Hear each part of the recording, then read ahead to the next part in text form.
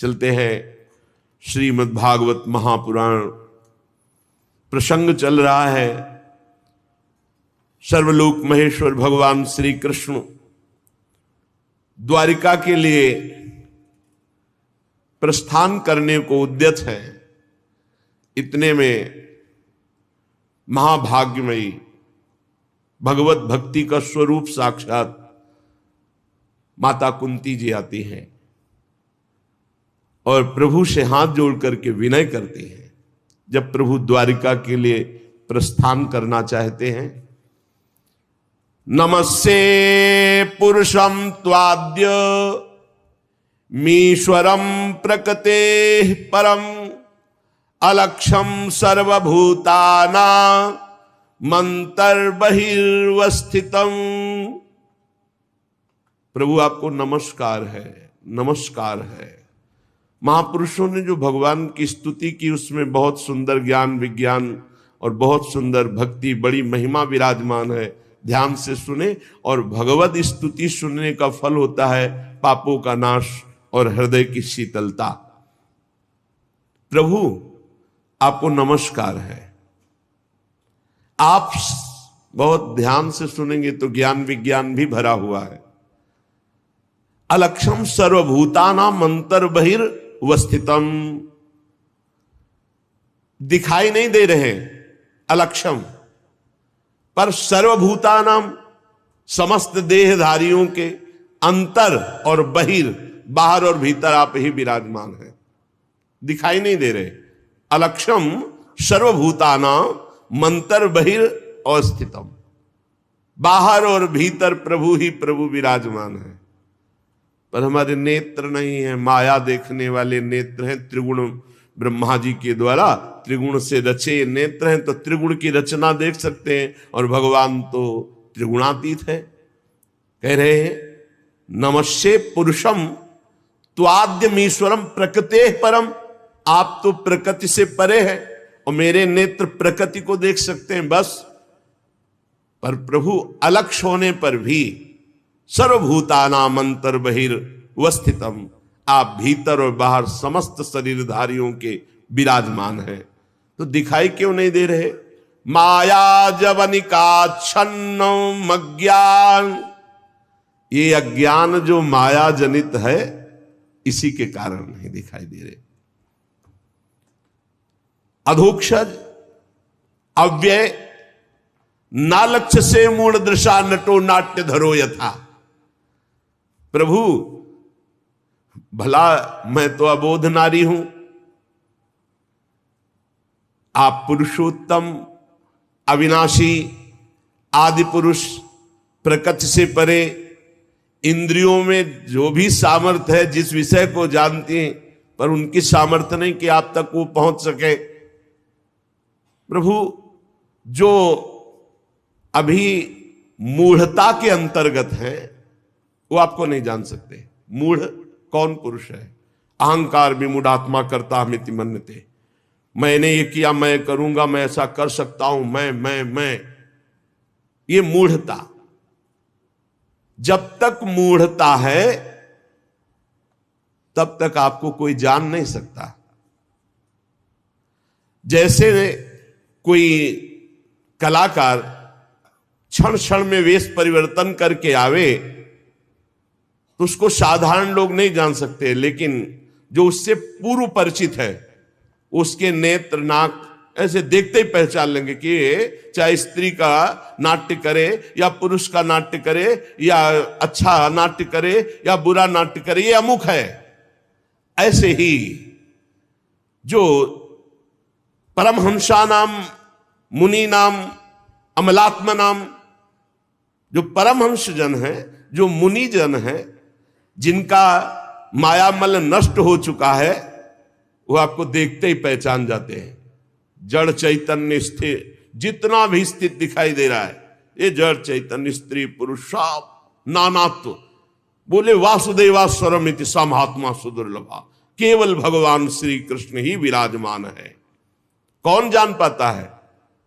जो माया जवनिका छन्न वो नहीं, जो मूढ़ है वो नहीं, जो अज्ञानी है वो नहीं, परमहंसा नाम मुनि नाम अमलात्म नाम, जो निर्मल हृदय वाले परमहंस जन हैं, मुनि जन हैं, वो आपको देखते ही क्या, बहुनाम जन्मनावंते ज्ञानवान माम प्रपद्यते वासुदेवा सर्वमिति सा महात्मा सुदुर्लभा। वो परमहंस महात्मा जन आपको देखते ही पहचान जाते, आप ही आप है। समस्त भूतों के रूप में आप ही आप है, समस्त भूतों के बाहर भी आप है, समस्त भूतों के भीतर भी आप है, समस्त भूतों के नजदीक आप है, समस्त भूतों से दूर आप है। बहिरंतस्य भूतानाम चरम चरमेव च सूक्ष्मात् तद विज्ञेयम दूरस्थम चान्तिके च तत्। भला हम अल्प बुद्धि आपको कैसे पहचान सकती हैं? हे श्री कृष्ण, हे वासुदेव, कृष्णाय वासुदेवाय देवकी नंदनाय च नंद गोप कुमाराय गोविंदाय नमो नमः। नमः पंकज नाभाय नमः पंकज मालिने नमः पंकज नेत्राय नमस्ते पंकजांघ्रे। हे श्री कृष्ण, हे वासुदेव, हे देवकी नंदन, हे नंद गोप के लाडले लाल, हे गोविंद, हमारा बारंबार प्रणाम स्वीकार करें। जिनकी नाभि से ब्रह्मा का जन्म, कमल प्रकट हुआ, ब्रह्मा कमल से प्रकट हुए और कमल जिनकी नाभि से प्रकट हुआ, जो सुंदर कमलों की माला धारण करते हैं, जिनके नेत्र कमल के समान विशाल और कोमल हैं, जिनके श्री चरण कमलों में कमल का चिन्ह है, ऐसे श्री कृष्ण को मैं बार बार नमस्कार करती हूं।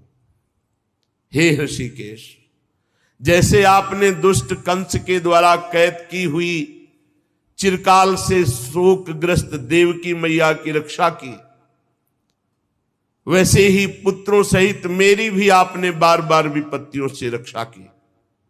हे श्री कृष्ण, आप हमारे स्वामी हैं, आप सर्वशक्तिमान हैं। कहां तक गिनाऊं? विष से हमारी रक्षा की, लाक्षाग्रह से हमारी रक्षा की, हिडिंबादि राक्षसों से, ये द्यूत सभा में दुष्टों की दृष्टि से, वनवास की विपत्तियों में अनेक प्रकार आपने रक्षा की। बड़े बड़े महारथियों के दिव्यास्त्रों से, अश्वत्थामा के ब्रह्मास्त्र से आपने हमारी रक्षा की। हमारी ही नहीं, जो आपकी शरण में है उन सब की आप रक्षा करते हैं। हे जगत गुरु, मैं आपसे एक वरदान चाहती हूं। विपदः सन्तु नः शश्वत् तत्र तत्र जगत गुरु। ये कोई भगवत प्राप्त महात्मा ही मांग सकता है, दूसरा नहीं। भवतो दर्शनम यत् स्याद पुनर्भवो दर्शनम। जगत गुरु, मैं आपसे एक वरदान चाहती हूं। क्या? हमारे जीवन में कदम कदम पे भारी विपत्तियां आती रहे, ऐसी कृपा कर दो।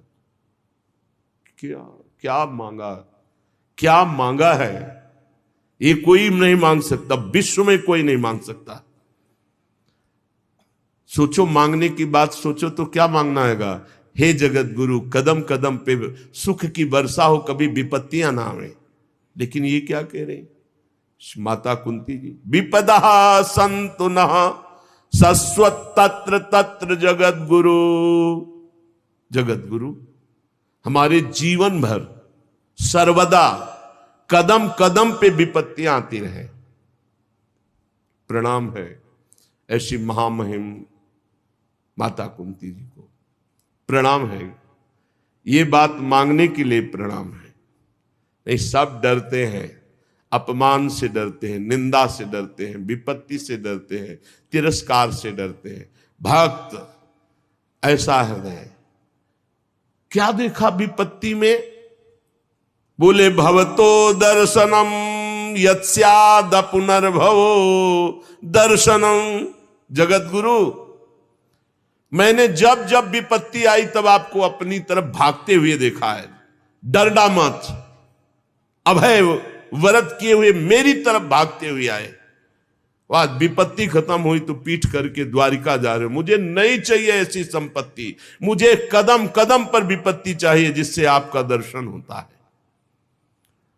और जिसको एक बार आपका दर्शन हो जाता है अपुनर्भव, उसका कभी जन्म नहीं होता, और जन्म मरण के चक्र से मुक्त हो जाता है। हे जगत गुरु, हमें कदम कदम पर जीवन भर विपत्तियां दीजिए, क्योंकि विपत्तियों में मुझे आपका दर्शन हुआ। और ये सच्ची बात है। विपत्ति शरणागति पुष्ट करती है। तिरस्कार, अपमान, अवहेलना प्रभु में आसक्ति पैदा करता है। ये निज अनुभव, निज अनुभव।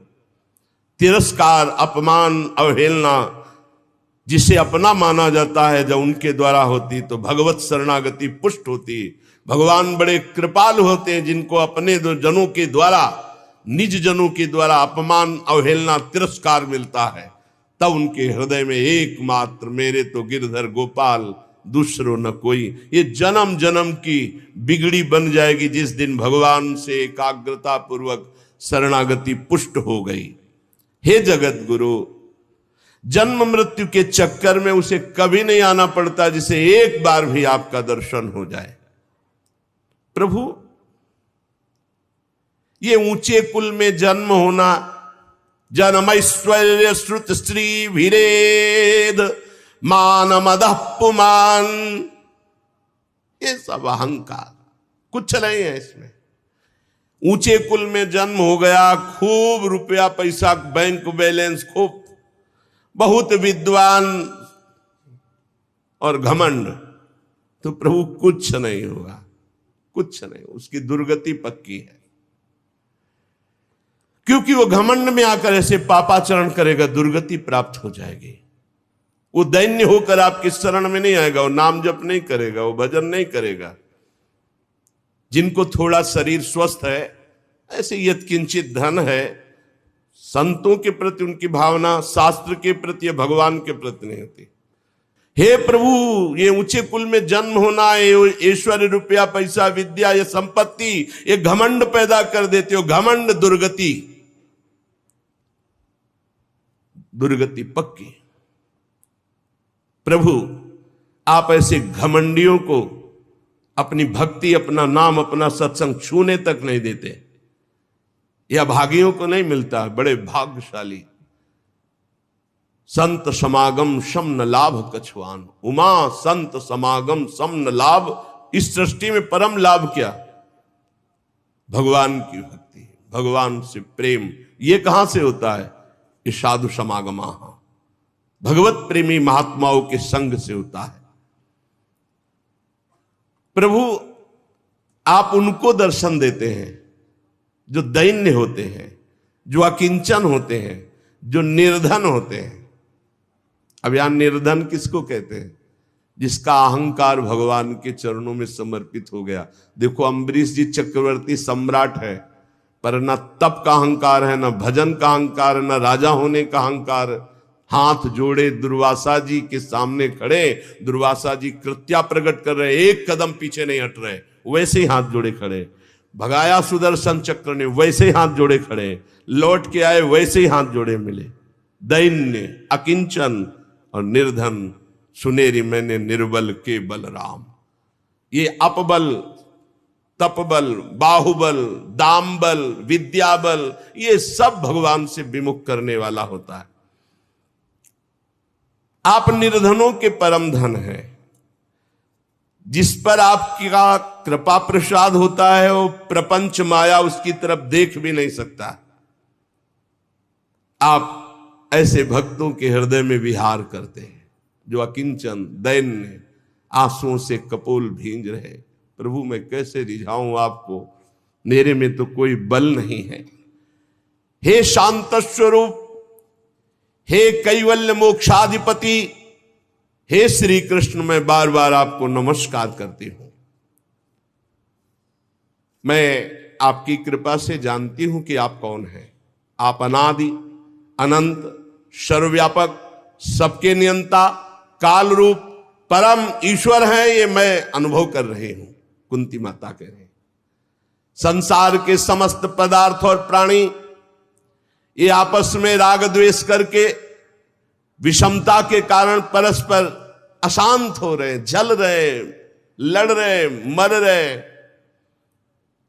परंतु आप उस स्थिति में भी उनमें समान रूप से विराजमान रहकर निर्लेप रहते हैं। भगवान, आप जब मनुष्यों की सी लीला करते हैं तो कौन ऐसा है जो आपको जान सके? आप क्या करना चाहते हैं कोई नहीं जानता, और मैं आपकी कृपा से जानती हूं कि आपका कभी कोई ना प्रिय है और ना अप्रिय है, पर जो आपको प्यार करते हैं आप उनसे ये था माम प्रपद्यन्ते तास तथैव भजाम्यहम्। ना भगवान का कोई प्रिय है ना अप्रिय है, पर आप जब भगवान से प्यार करेंगे तो भगवान पक्षपाती हो जाएंगे, आपका पक्ष ले लेंगे, आप जीत जाएंगे। लोगों की ही बुद्धि आपके प्रति विषम होती रहती है। हम अपनी बुद्धि का इतना सम्मान करते हैं कि शास्त्र, संत, गुरुदेव और भगवान तक के विधान में हम ये निर्णय कर देते हैं उन्होंने ठीक नहीं कहा। ये विषम बुद्धि संसारी पुरुषों की हुआ करती है। आपकी कृपा प्रसाद से मैं आपको जानती हूं। क्या आप विश्वात्मा हैं, आप विश्व रूप हैं। आप ना कभी जन्म लेते हैं और ना आपका कोई कर्म होता है, फिर भी आप जन्म लेते हैं और कर्म करते हैं। पशु, पक्षी, मनुष्य, ऋषि, जलचर, किसी भी रूप में आप प्रकट हो सकते हैं। ये आपकी लीला है। बचपन में आपने जब दूध की मटकी फोड़कर यशोदा मैया को खिझा दिया तो उन्होंने आपको बांधने के लिए हाथ में रस्सी ली। उस समय आप जो भयभीत होकर आंखों में आंसू और काजल कपोलों में ऐसे मल रहे थे, वो सब देख देख करके मुझे बड़ा आश्चर्य हो रहा है। मैं मोहित हो रही हूं। अब भी मेरे नेत्रों के सामने वो झांकी है, मैया के हाथ में छड़ी है। आज से ऐसा करेगा? आप ऐसे ऐसे कर रहे हैं, काजल पूरा नेत्रों में, और भयभीत दृष्टि से मैया की तरफ देख रहे। मुझे आज भी बड़ा आश्चर्य हो रहा है। मुख झुका हुआ, नेत्र मैया की तरफ, भय से युक्त।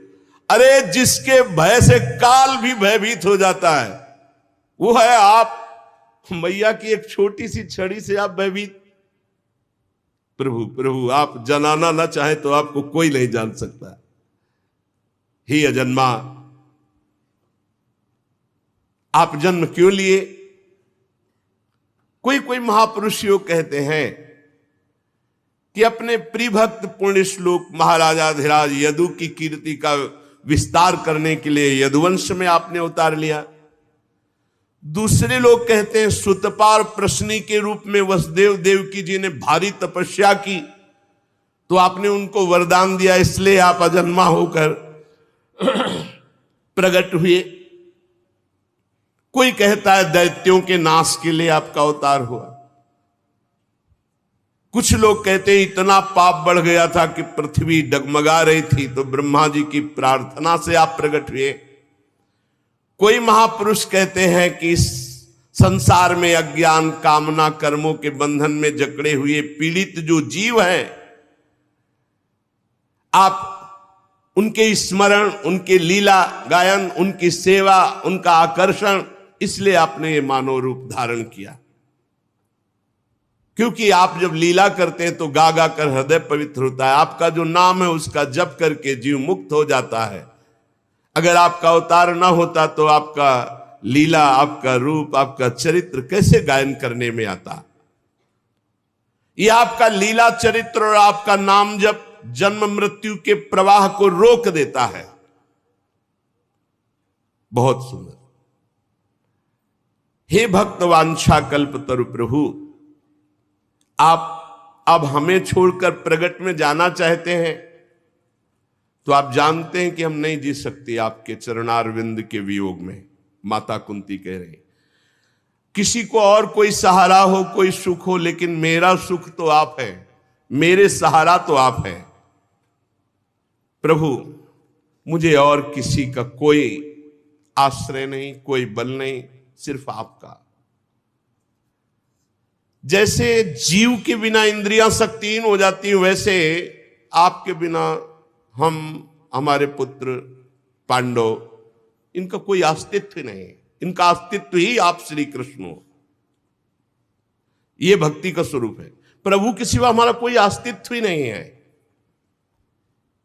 हे श्री कृष्ण, आपके विलक्षण श्री चरणों में चरण चिन्ह है, और ये भूमि आपके चरण चिन्हों से युक्त हुई। जब आप चले जाओगे ना, तो शोभा विहीन भूमि हो जाएगी। प्रभु, आपकी दृष्टि का प्रभाव है कि विश्व का सारा सुख और समृद्धि इस समय यहां खेल रही, क्योंकि आप विश्वात्मा विराजमान हो। यहां वन, पर्वत, नदी, समुद्र, लता, वृक्ष, फसल सब उमड़ी घूम रही। क्यों? आप विराजमान हो। प्रभु, मैं आपकी कृपा और आपके दर्शन के बिना जीवित नहीं रह सकती, चाहे आप इसे स्नेह की फांसी समझे या प्रेम समझे। एक बात और प्रभु आपसे विनय करती हूं, त्वयि में अनन्य विषया मतिर्मधुपते असकृत। प्रभु, मेरी मति को आप ऐसा कर दीजिए अनन्य, मेरी बुद्धि अन्य विषय में जाए ही ना, केवल आप में अनन्य रहे। रति मुद्वहता दद्धा गंगे वौघमुदन्वती। जैसे गंगा की धारा अखंड जा रही समुद्र में, ऐसे मेरी मति का प्रवाह केवल श्री कृष्ण नाम रूप लीला धाम, और कहीं ना जाए। बस आप ये कृपा कर दो। जैसे गंगा की अखंड धारा समुद्र में गिर रही, ऐसे हे श्री कृष्ण मेरी मति केवल आपके चरणों में। हे श्री कृष्ण, हे अर्जुन सखा, हे यदुवंश शिरोमणे, आपने वो कार्य कर दिया है जिसके लिए आपका अवतार हुआ है। ये राजवेशधारी दैत्य असुर स्वभाव वालों का आपने अग्निस्वरूप होकर विनाश कर दिया। गोविंद, आप चराचर के गुरु हैं, बस मेरी मति आप में लगी रहे। आपको नमस्कार करती हूं, ऐसी कृपा करो। भगवान तब तक शांत भाव से खड़े जब तक माता कुंती जी ने विनय की। सूत जी महाराज कहते, इस प्रकार कुंती ने बड़े मधुर शब्दों में भगवान की अधिकांश लीलाओं का वर्णन करते हुए स्तुति की। भगवान मंद मंद मुस्कुरा रहे हैं। बड़ी अद्भुत शोभा होती है जब भगवान मंद मंद मुस्कुराते हुए अपने जन पर कृपा करते हैं। भगवान ने कुंती जी से कहा, अच्छा ठीक है, कुछ समय के लिए द्वारिका जाना स्थगित करते हैं और पुनः लौट आए। फिर सुभद्रा आदि देवियों से मिलकर के महाराज युधिष्ठिर के समीप, युधिष्ठिर जी को देखा, अब भी वो शोक मग्न है। भगवान अंतर बात जानने वाले भगवान श्री कृष्ण द्वैपायन व्यास जी से कहा, इनको समझाओ, ये क्यों शोक मग्न है युधिष्ठिर जी। भगवान व्यास देव जी ने समझाया और ऋषियों ने समझाया, भगवान श्री कृष्ण ने भी समझाने की कोशिश की, पर युधिष्ठिर को समझ में नहीं आया। भला भगवान समझाना चाहे, भगवान व्यास देव जी समझाना चाहे, समझ में ना आवे। क्यों? क्योंकि भगवान कुछ और करना चाहते हैं, इसीलिए समझ में नहीं आ रहा। बार बार युधिष्ठिर जी कह रहे हैं, मैं कितना ज्ञानी हूं, सियार कुत्तों के हार इस शरीर पर आत्मभाव करके मैंने कितना बड़ा विनाश करवा दिया। 18 छोड़ी सेना महाभारत में, 11 कौरव पक्ष में और 7 पांडव पक्ष में। मुझे संतोष नहीं हो रहा आप सबके समझाने पर। भगवान मुस्कुराए और कहा चलो रथ तैयार करो। कहां ले जा रहे? भीष्म पितामह जी के पास, क्योंकि ज्ञान समुद्रस्थ होने जा रहा है। इसीलिए महाराज युधिष्ठिर को असंतोष, जैसे गीता को प्रकट करने के लिए अर्जुन जी के हृदय में कार्पण्य प्रकट किया, मूढ़ता प्रकट की, शरीर कांप रहा है और कहा कार्पण्य दोषो प्रहत स्वभाव। वो कह रहे मैं अपने स्वभाव से उलट रहा हूं। क्यों? क्योंकि गीता अमृत प्रकट होना चाहिए। ऐसे ही भीष्म जी के मुख से समस्त ज्ञान समुद्र को भगवान निकलवाना चाहते, इसलिए युधिष्ठिर को संतोष नहीं हुआ भगवान के भी समझाने पर और श्री कृष्ण द्वैपायन व्यासदेव जी के भी समझाने पर। कहा अच्छा चलो रथ तैयार करो। कहां के लिए प्रभु आज्ञा है? ले चलो, हमारे साथ चलो। और जहां सरसैया पर भीष्म पितामह पड़े हुए थे, स्वर्ण जटित रथों पर, अच्छे अच्छे घोड़े जुते, आगे आगे भगवान श्री कृष्णचंद्र जी, फिर युधिष्ठिर जी, ऐसे सबका रथ क्रम आए। वहां जाके देखा तो मानो स्वयं सूर्य तेजोमय बाणों की सैया पर पड़े हो, ऐसे भीष्म पितामह बाणों की सैया पर। सब जाकर के चरणों में प्रणाम किया। वहां पहले से ही बहुत से देवर्षि, राजऋषि, ब्रह्म ऋषि, पर्वत, नारद, धौम्य, भगवान व्यासदेव, बृहदस्व, भरद्वाज शिष्यों के सहित भगवान परशुराम, वशिष्ठ, इंद्र प्रमद, त्रित, गृत्समद, असित, कक्षीवान, गौतम ऋषि, अत्रि, विश्वामित्र जी, सुदर्शन, भगवान सुखदेव जी और भी बड़े बड़े दिव्य महात्मा, कश्यप, अंगिरा, बृहस्पति, बड़े बड़े सब। क्यों? क्योंकि भीष्म पितामह ज्ञान समुद्र है। अब ज्ञान का सूर्य मानो अस्ताचल को जा रहा है। संपूर्ण ज्ञान भीष्म पितामह जी को, धर्म का, देश का, काल का विभाग, सब कुछ ज्ञान। सब ऋषियों आसपास मंडलाकार बैठे हैं। भगवान श्री कृष्णचंद्र जो समीप पहुंचे, आंख खोल के भीष्म जी ने देखा तो बाहर भी भावना से पूजन किया और अंदर भी हृदय में जो विराजमान प्रभु श्री कृष्ण है पूजा की, बाहर और भीतर दोनों जगह। सब पास बैठ गए। भीष्म पितामह जी की दृष्टि केवल श्री कृष्ण पर है और आंखों से आंसू बह रहे भीष्म पितामह जी के।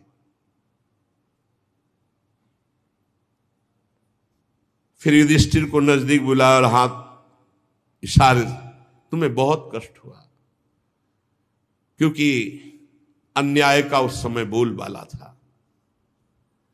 तुम लोग साधु सेवी, भगवत सेवी, तुमको इतना कष्ट नहीं होना चाहिए। तुम बचपन से दुख भोग रहे हो पांडव। अतिरथी पांडु की मृत्यु के समय तुम्हारी अवस्था बिल्कुल छोटी थी, तब से आज तक तुम्हें कष्ट ही कष्ट झेलना पड़ा। देखो ये ध्यान रखना, जैसे बादल वायु के वश में रहते हैं, ऐसे लोकपालों सहित संपूर्ण जगत इन श्री कृष्ण के अधीन है। ये काल के भी काल है। तुम लोग दुखी मत होना, ये इन्हीं की मंगलमयी लीलाएं हैं।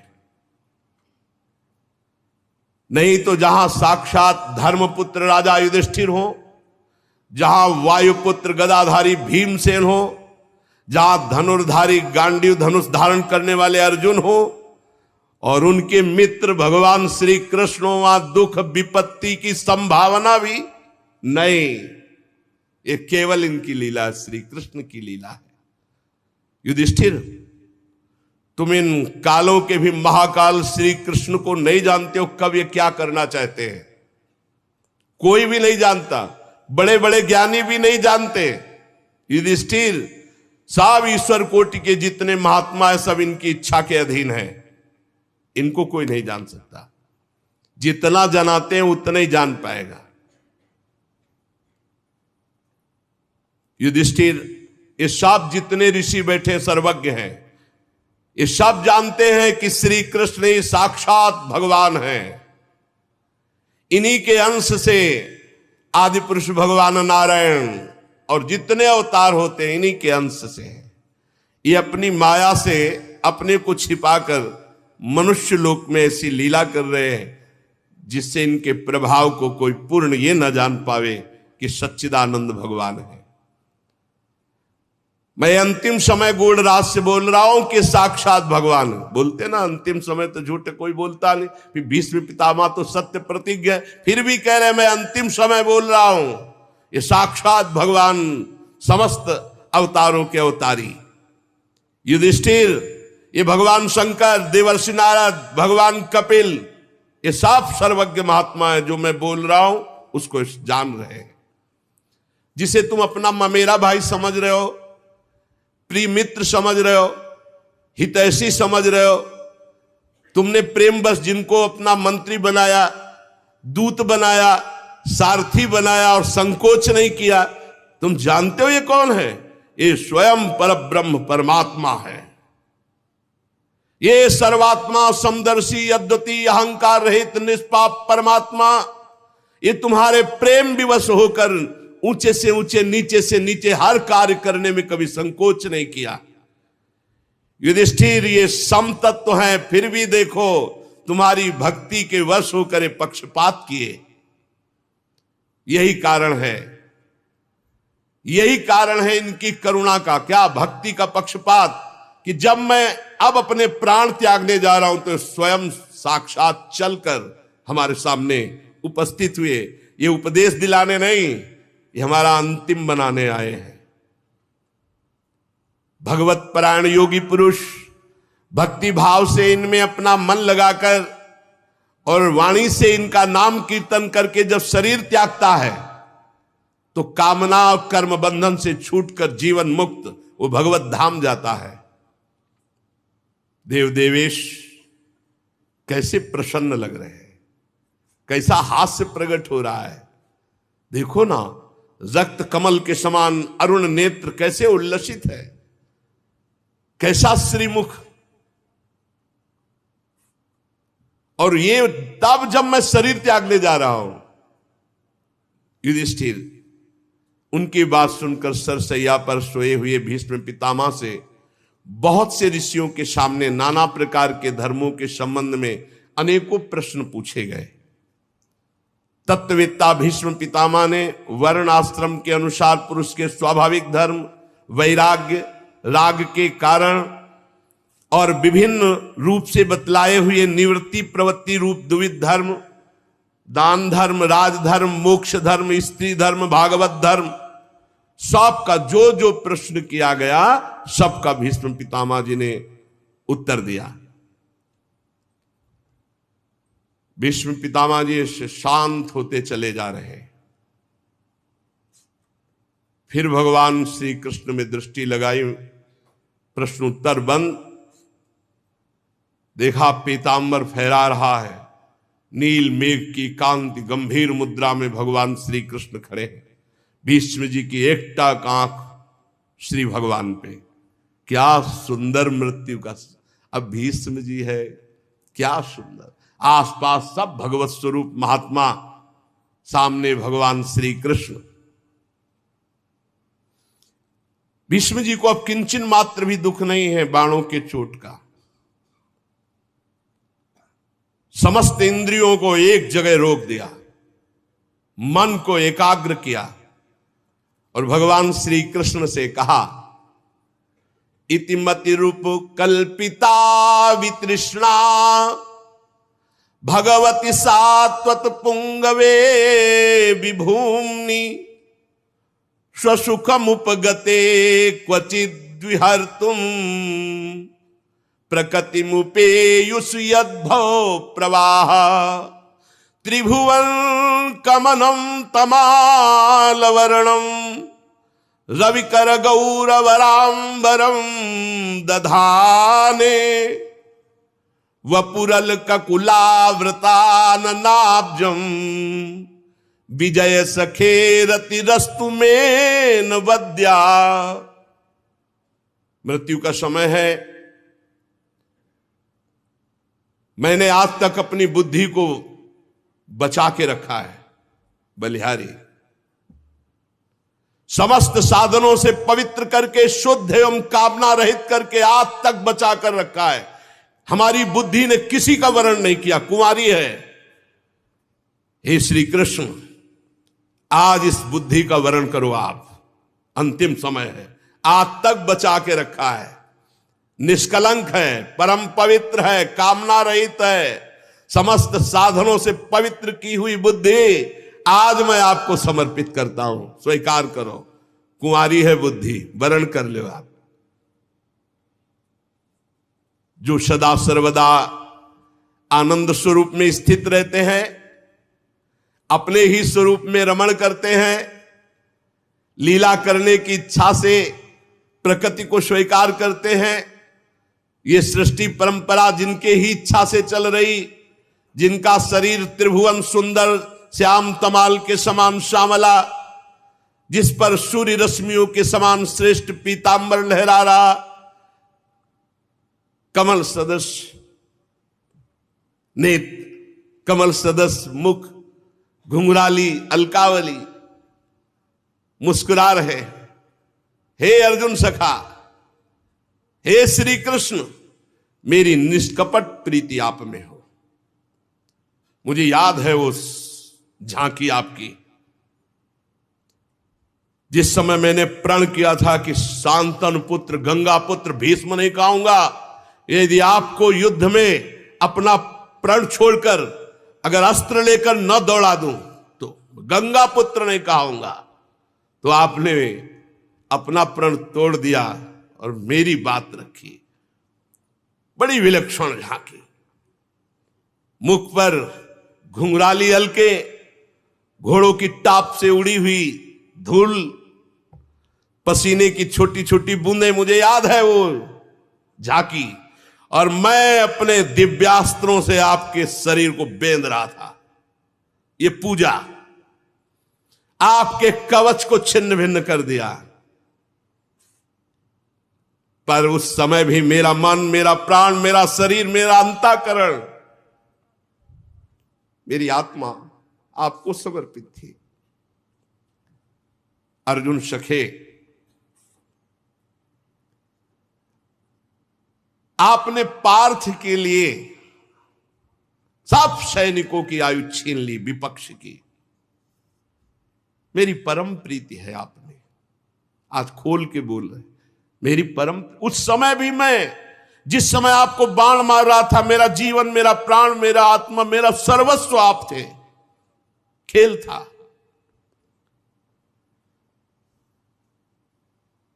अर्जुन जब अपने मुझ जनों को देख करके मोहित हुए, तब आपने उनकी अविद्या का नाश करने के लिए विशुद्ध गीता का उपदेश किया।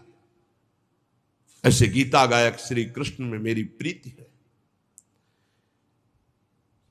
श्री कृष्ण, भला आप ईश्वर की प्रतिज्ञा को कोई तोड़वा दे, लेकिन आपने मेरी बात रखने के लिए जैसे सिंह हाथी को मारने दौड़े, ऐसे रथ का पहिया लेकर कूद पड़े मुझे मारने के लिए।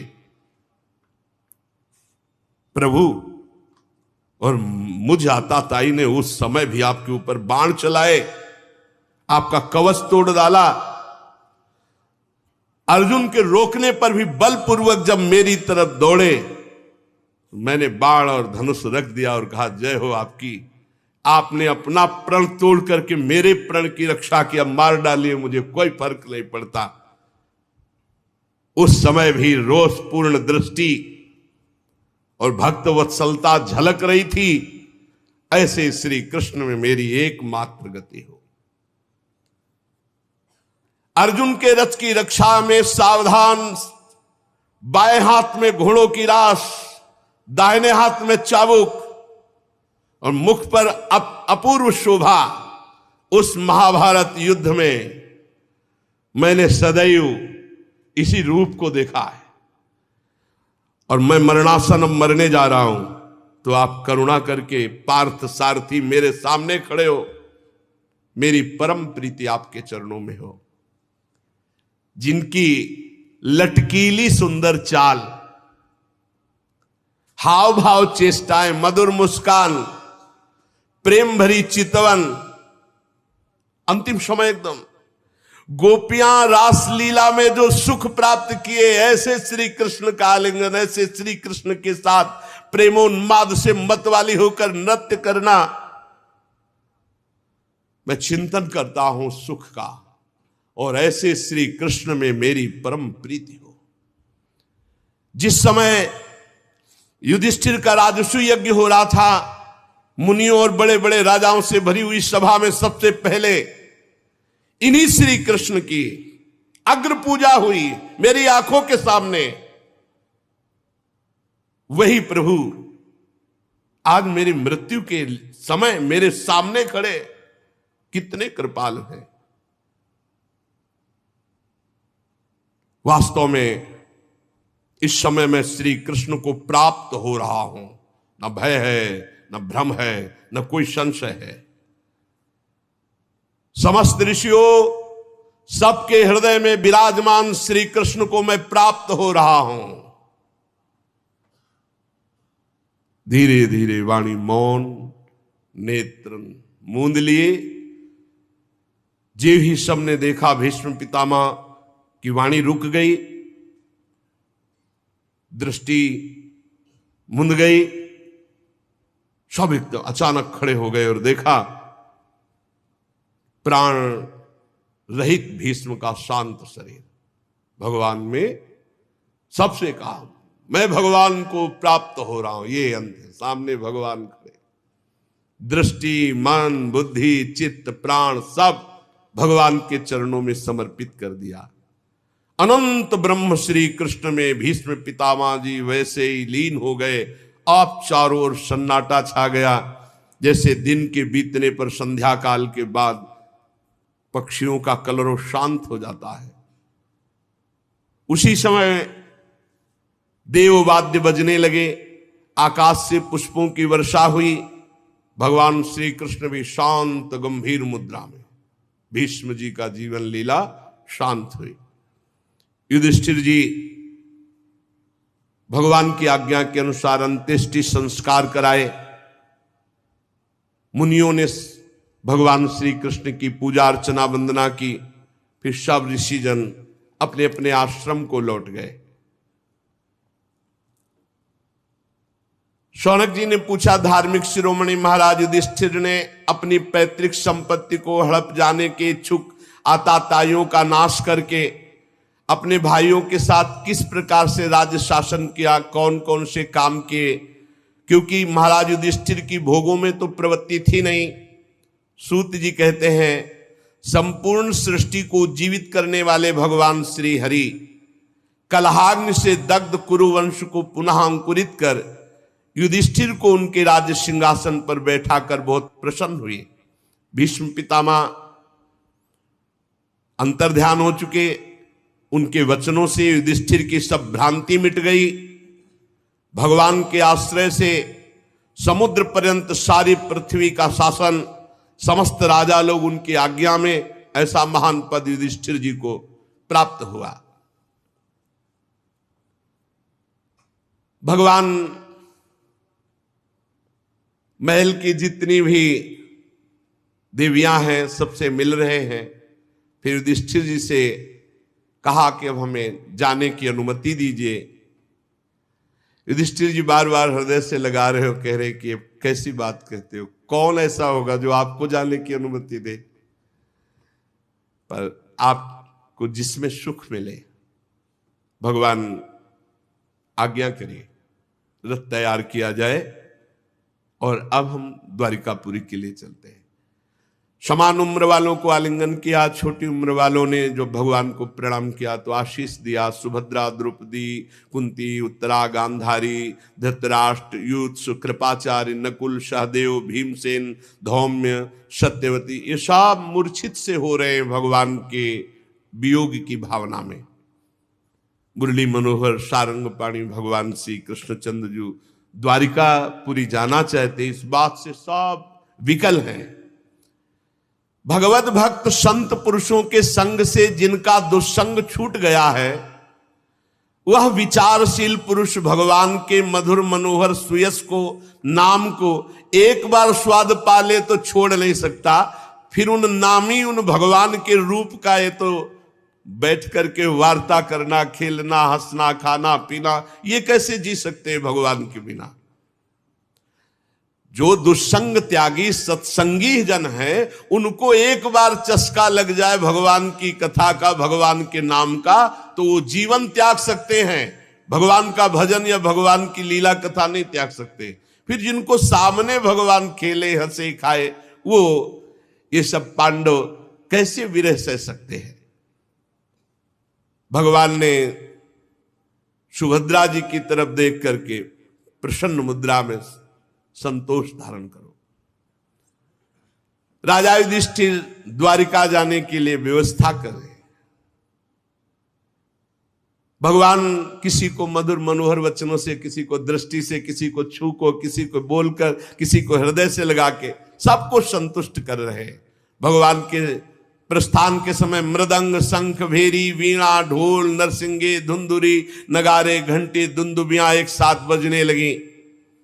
भगवान के दर्शन की आकांक्षा से हस्तिनापुर में भीड़ लग गई। भगवान के प्रिय सखा घुंघराले वाल वाले अर्जुन ने पीतम श्री कृष्ण का श्वेत छत्र पकड़ रखा, जिसमें मोतियों की झालर लटक रही, रत्नों का डंडा, उसको पकड़े हुए। उद्धव और सात्विकी बड़े भाव से चंवर डुला रहे। भगवान जेभी रथ चला, चारों ओर पुष्पों की वर्षा, बड़ी मधुर झांकी। दिव्य ब्रह्म ऋषि लोग वेद वाक्य उच्चारण कर रहे हैं, आशीष सुनाई दे रहे। हस्तिनापुर की रमणियां भगवान श्री कृष्ण के रूप में चित्त को लगाए हुए और आपस में बात कर रहे हैं। सखी, ये सनातन परम पुरुष परमात्मा है, जो प्रलय के समय भी अपने अद्वितीय निर्विशेष रूप में स्थित रहते हैं। जब प्रलय होता है तो ब्रह्मा जी संपूर्ण सृष्टि समेट करके इन्हीं में समा जाते हैं। ये जगदात्मा ईश्वर हैं, संपूर्ण जीव इन्हीं में लीन होते हैं और फिर इन्हीं से प्रकट हो जाते हैं। ये देखो, सब जीवों को मोहित करते हुए छुपे हुए कैसे है। इस जगत में जिसके स्वरूप का साक्षात्कार जितेंद्री योगी अपने प्राणों को वश में करके भक्ति से प्रफुल्लित निर्मल हृदय से किया करते, वही ये श्री कृष्ण साक्षात परब्रह्म मेरे नेत्रों के सामने है। सखी, वास्तव में उसी का जीवन धन्य है जिसने इनको देखा, जिसने इनकी सुंदर लीलाओं का गायन और श्रवण किया। जब भगवान की हेतु की कृपा होती तब लीला गायन, लीला श्रवण, नाम जब, इनमें रुचि होती है। बड़ा प्रशंसनीय है वो जो भगवान के नाम गुण रूप लीला धाम में, और धन्य है यदुवंशी जो इनके साथ खा पी कर हंस खेल कर महान सुख ले रहे हैं। हे सखी, बड़े हर्ष की बात है कि द्वारिका ने सब लोगों का तिरस्कार करके सौभाग्य प्राप्त किया, क्योंकि ये द्वारिका में विराजमान है। सखी, हम तो उनके सौभाग्य देख रहे हैं जिनका पाणी ग्रहण इन्होंने किया है। पाणी ग्रहण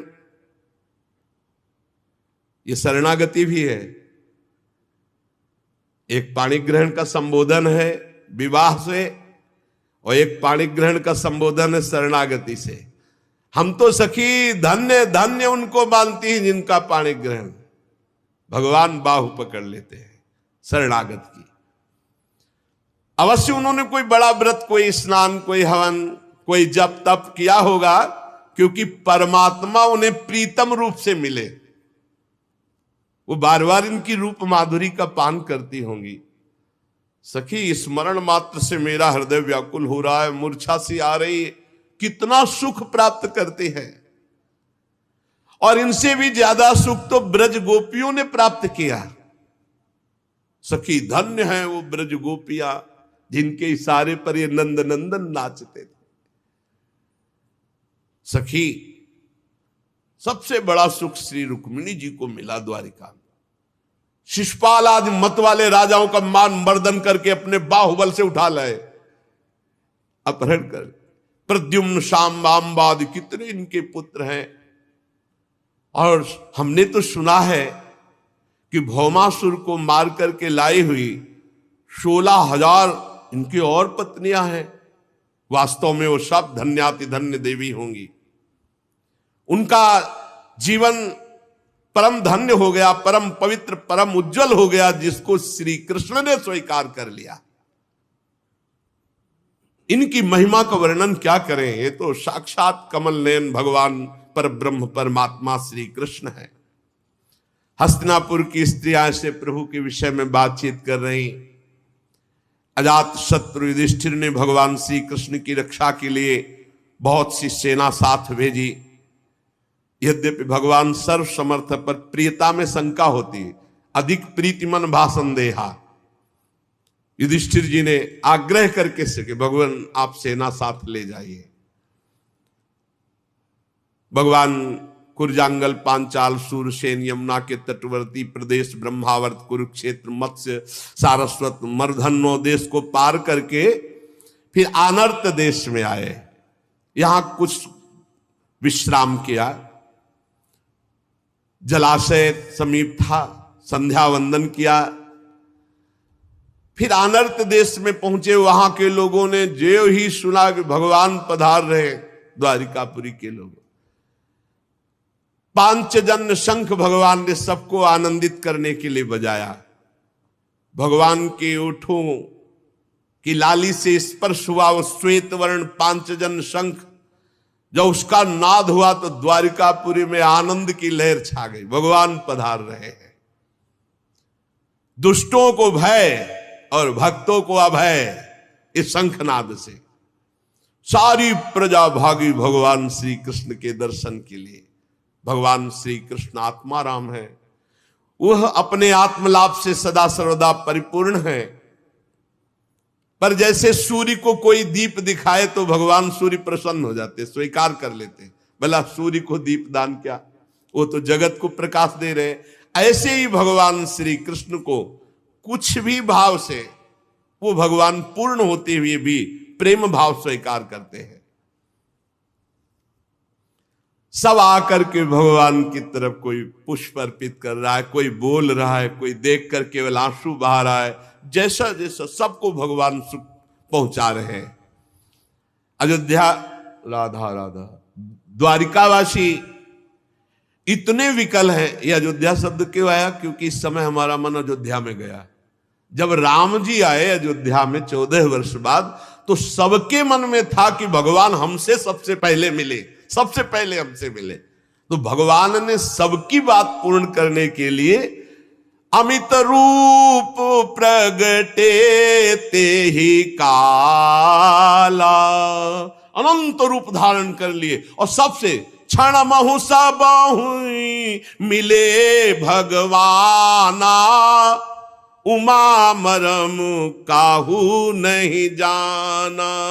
एक क्षण में पूरे अयोध्या वासियों से भगवान सबसे पहले मिले। अमित रूप प्रगटे थे, अमित रूप में ऐसे भगवान किसी को गले लगा रहे, किसी को वचन से, किसी सब, कोई अस्त्र प्रवाह कर रहा है, कोई पुष्प डाल रहा है, कोई दुलार कर रहा है। भगवान द्वारिकाधीश द्वारिकापुरी में सबको सुख पहुंचा रहे हैं। हाथ जोड़ करके द्वारिकावासी भगवान से कहते, स्वामिन हम आपके वियोग में कितने व्याकुल थे। हमारे प्राण तो सदैव आपके चरण कमलों में बसते हैं। ये चरण कमल भगवान ब्रह्मा, शंकर, इंद्र आदि सब इनकी वंदना करते हैं। जो इन चरणों की शरण ले लेता है, समर्थ काल एक बाल बांका तक नहीं कर सकता। हे प्रभु, जो आपके इन चरणों की शरण ले लेता है, समर्थ काल भी बाल बांका नहीं कर सकता।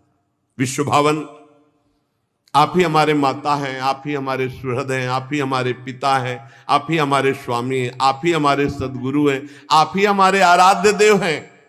भला आपके वियोग में हमारी क्या दशा होगी आप सोचो।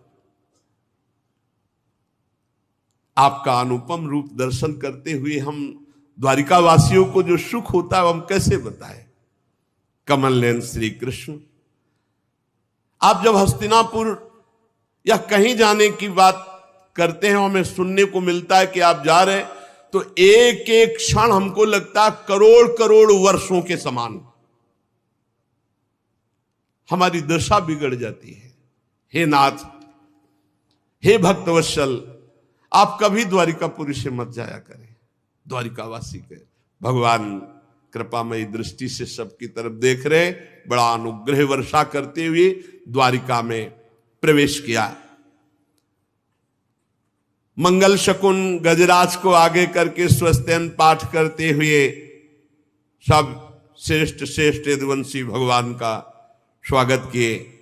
भगवान सबसे अलग अलग यथा योग्य मिले। किसी को सिर झुकाकर प्रणाम किया, किसी के पैर छुए, किसी को नेत्रों से देख लिया, किसी को गले से लगाया, किसी से हाथ मिलाया, किसी की तरफ मुस्कुरा भर दिया, किसी की तरफ प्रेम दृष्टि। जैसा अधिकारी वैसे ही भगवान ने सबको, द्वारिकावासी सबको सुख प्रदान किया। बालक वृद्ध सब भगवान सबसे मिले। भगवान श्री कृष्ण के बाहर रहने के कारण जितनी विरह व्यथा थी सब द्वारिका की वासियों की दूर हुई। जिनकी निर्मल और मधुर हंसी, लजीली चितवन एक बार हृदय में बैठ गई तो विश्व विजयी कामदेव का भी कोई प्रभाव उसके हृदय में नहीं पड़ता। ये है श्री कृष्ण।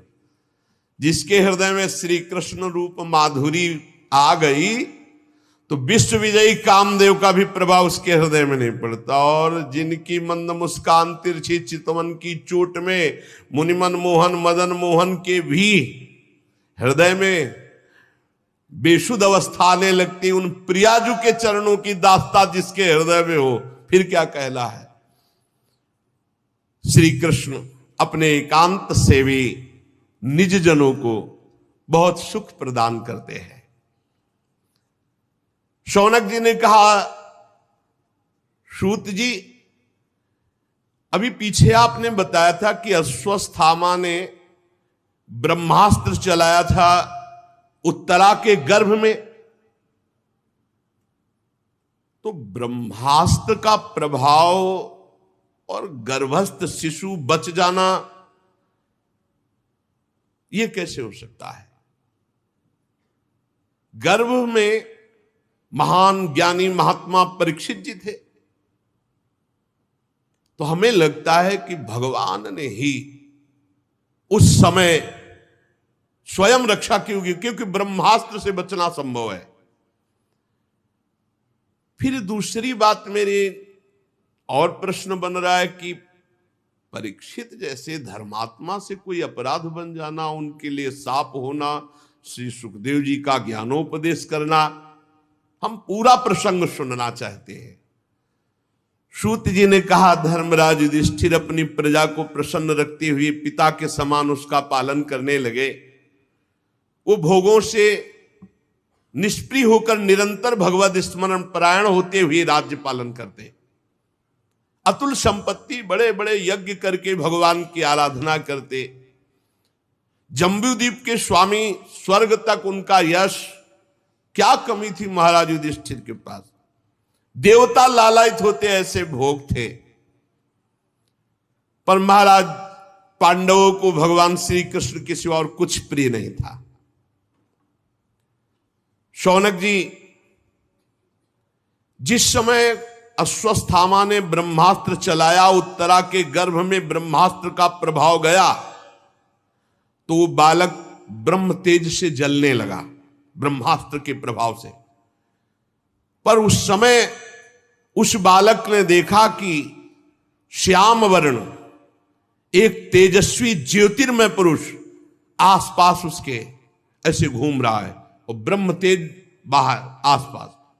अब वो बालक को नहीं छू पा रहा, बस अंगूठे भर का वो श्याम रंग का तेजस्वी, बहुत ही निर्मल, अत्यंत सुंदर श्याम शरीर, बिजली की तरह चमकता हुआ पीतांबर, सिर पर मोर मुकुट, निर्विकार पुरुष, लंबी लंबी भुजाएं, कानों में तपाए हुए स्वर्ण के सुंदर कुंडल, आंखों में लालिमा और हाथ में दिव्य गदा लिए हुए बार बार वो शिशु देख रहा है कि मेरे चारों ओर घुमा। तो कौमुदकी गदा के प्रभाव से गर्भस्थ शिशु में ब्रह्मास्त्र का प्रभाव नहीं पड़ पाया। जैसे सूर्य अपनी किरणों से कुहरे को भगा देता है, वैसे ही कौमुदकी गदा के प्रभाव से ब्रह्मास्त्र के तेज को उस महापुरुष ने शांत कर दिया। गर्भस्थ शिशु सोचने लगा ये कौन है। इस प्रकार 10 मास के गर्भस्थ शिशु के सामने भगवान श्री कृष्ण का साक्षात दर्शन और भगवान श्री कृष्ण की कौमुदकी गदा के प्रभाव से ब्रह्मास्त्र के तेज का शांत हो जाना, और तत्काल वो सोच ही रहे थे कि भगवान अंतर्ध्यान हो गए। जे भी भगवान अंतर्ध्यान हुए ते ही समस्त सद्गुणों को विकसित करने वाले शुभ समय में पांडु के वंशधर बालक का जन्म हुआ। जन्मते समय ही इतना महान तेजस्वी, क्योंकि गर्भ में भगवत साक्षात्कार हो गया है, महान तेज संपन्न।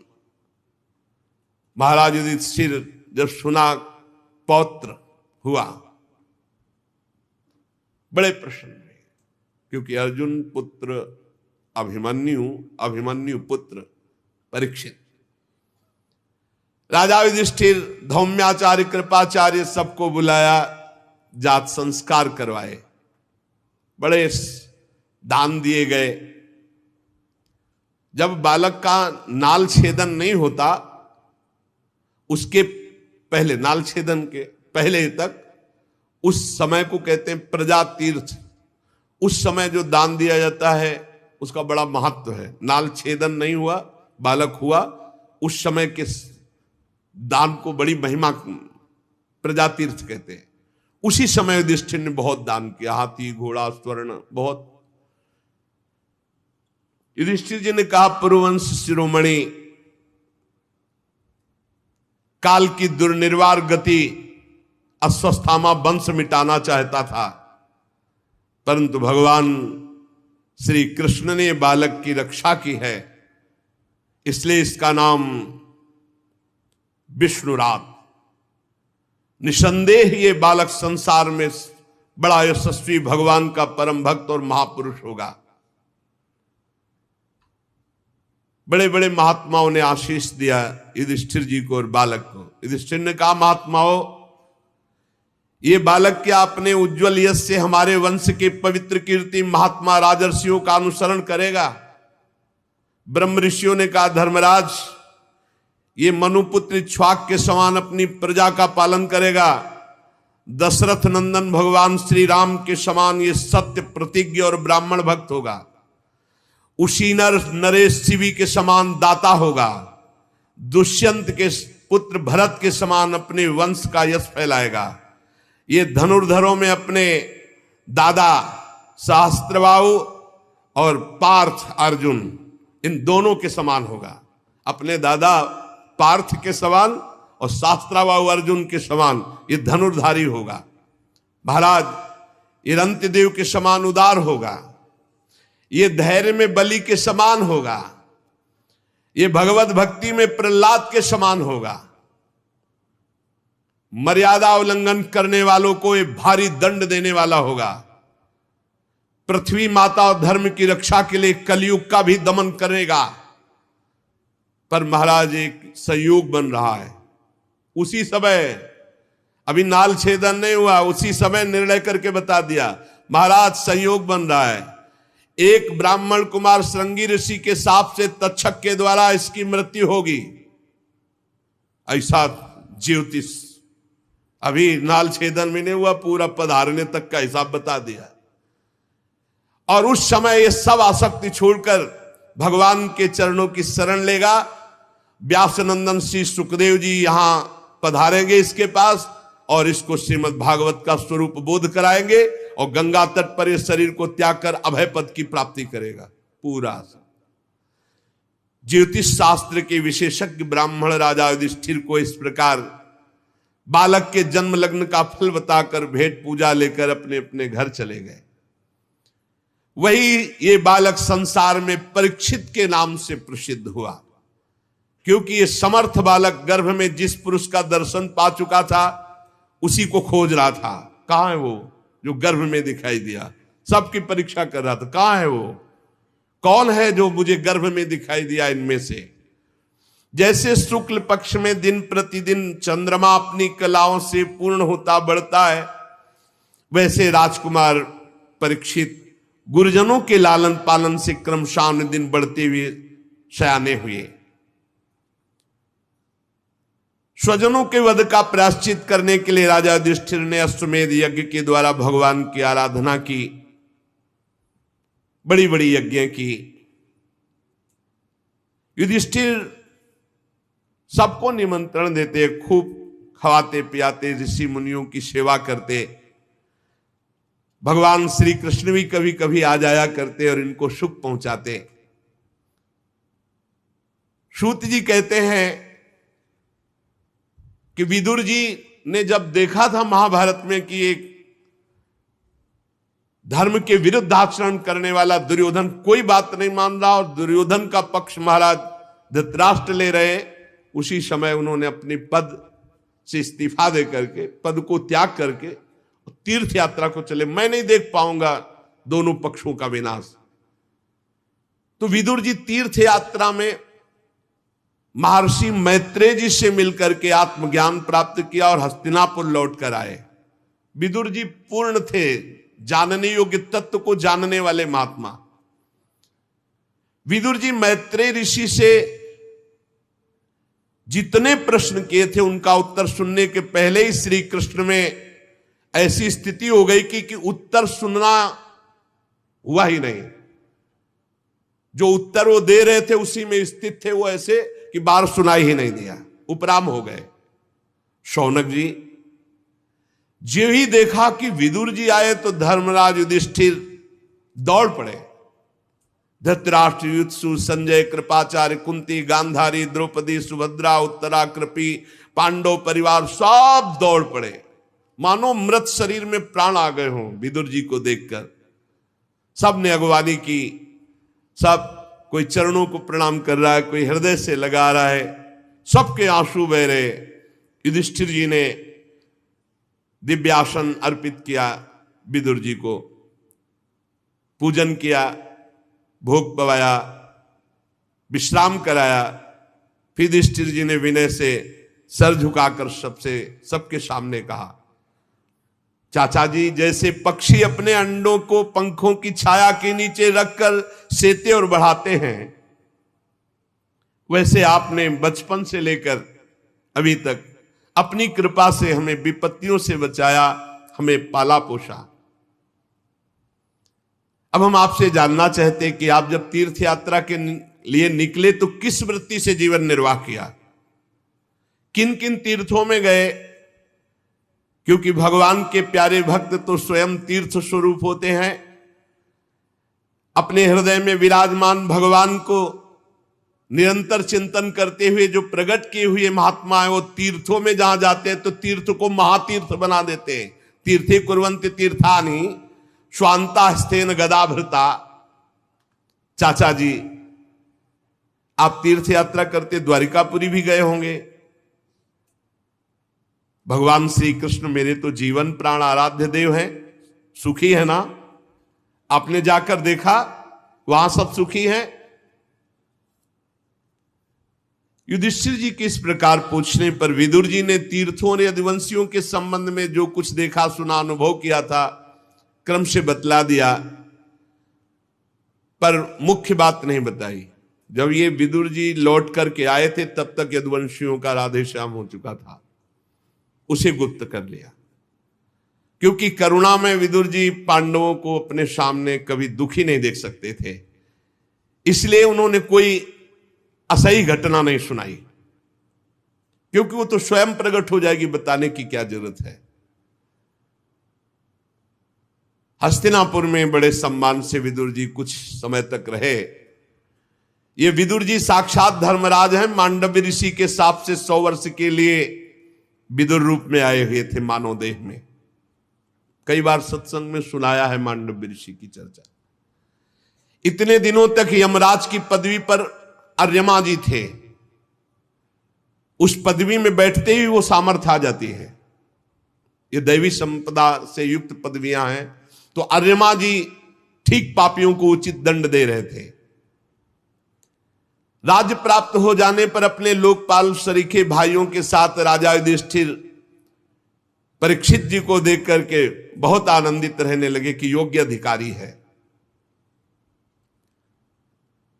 पर ये सब भूल चुके थे कि एक वो समय है जिसमें सर्वनाश होना है। पांडव भी ये भूल चुके थे कि अनजान में वो समय आ रहा है जिसमें हमारी मृत्यु होनी है, सबको मरना है। परीक्षित जी का वो सौंदर्य, परीक्षित जी का वो सब प्रसन्न थे।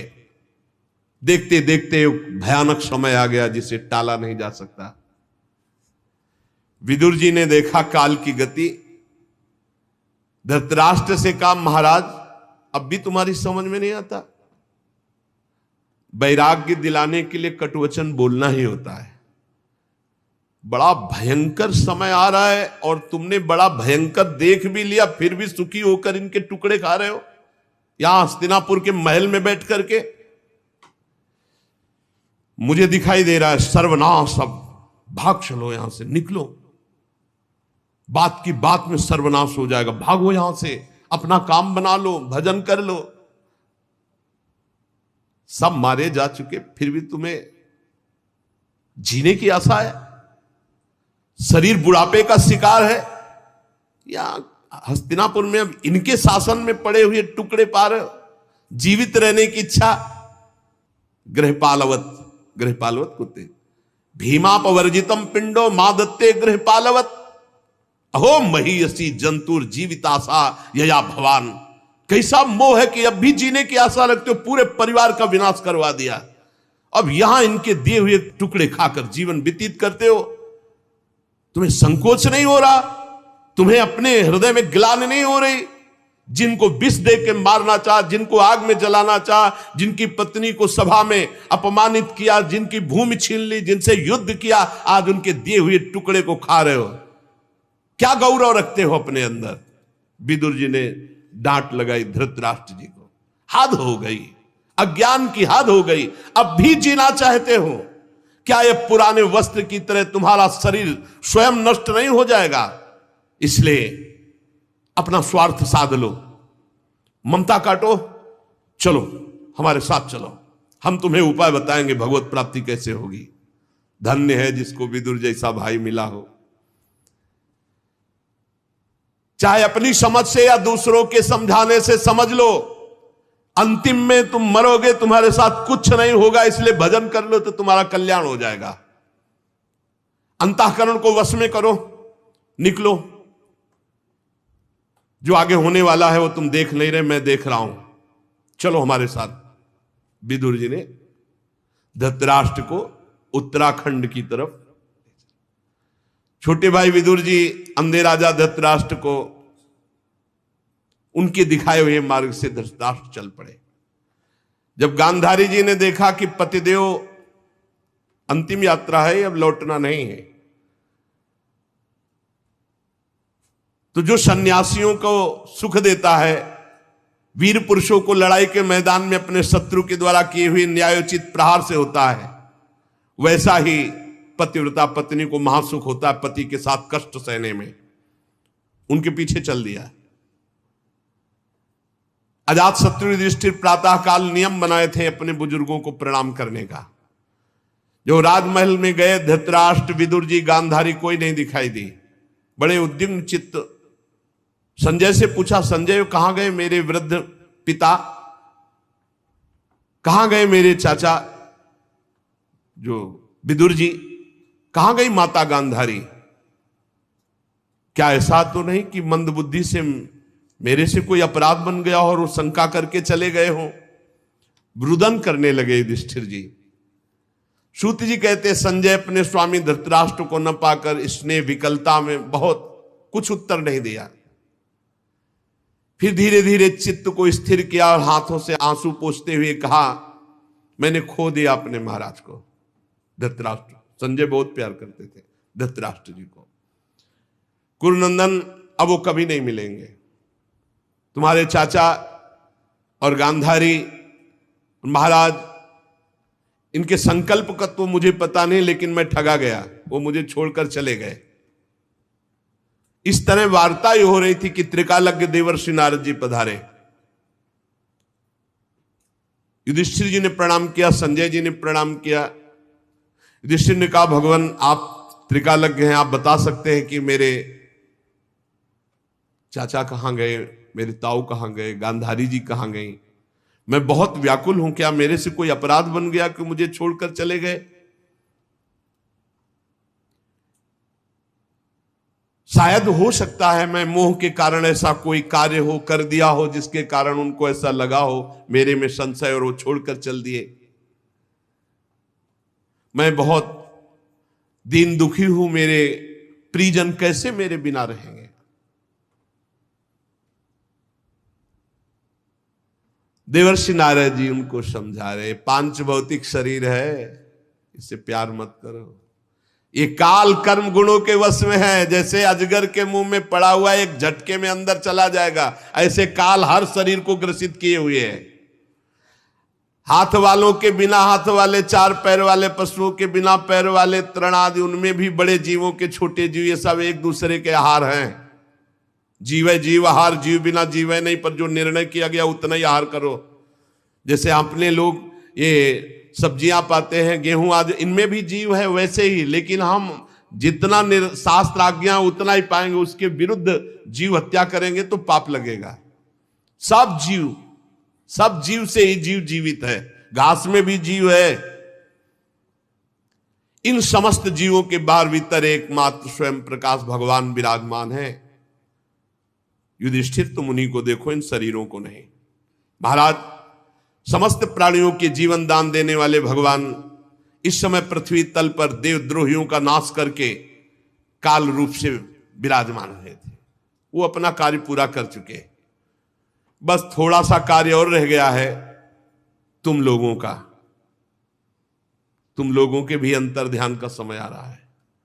धर्मराज, मैं देख रहा हूं जिनके लिए तुम विकल हो रहे हो, हिमालय के दक्षिण भाग में जहां सप्तऋषि प्रसन्नता के लिए गंगा जी ने अलग अलग 7 धाराओं के रूप में अपने को विभक्त कर दिया, सप्त स्रोत कहते हैं, वहां ले गए हैं विदुर जी धृतराष्ट्र और गांधारी को।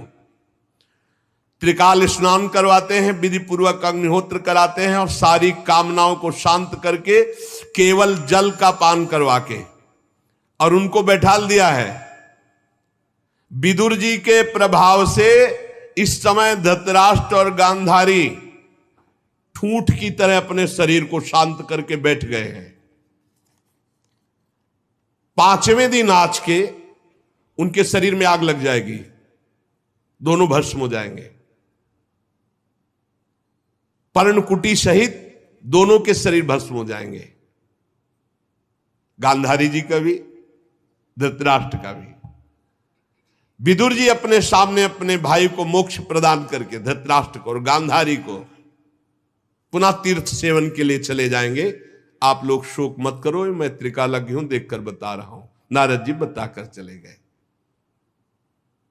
बड़ा विचित्र खेल है, इस संसार से सबको जाला है, कुछ साथ नहीं जाएगा। चाहे जितना लड़ाई झगड़ा करके राज्य एकत्रित कर लो, चाहे रुपया एकत्रित, बड़ा समय बलवान है, सब दिन होत ना एक समान।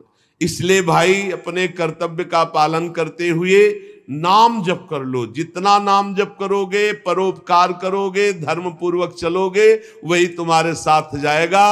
अन्यथा यहां से बड़े बड़ों को जाना पड़ा, पछता कर जाना पड़ा। यहां रुकना नहीं, इसका नाम मृत्यु लोक है। खूब नाम जप करो, भगवत सेवा, शेष चर्चा आगे। श्री राधा वल्लभ लाल की जय।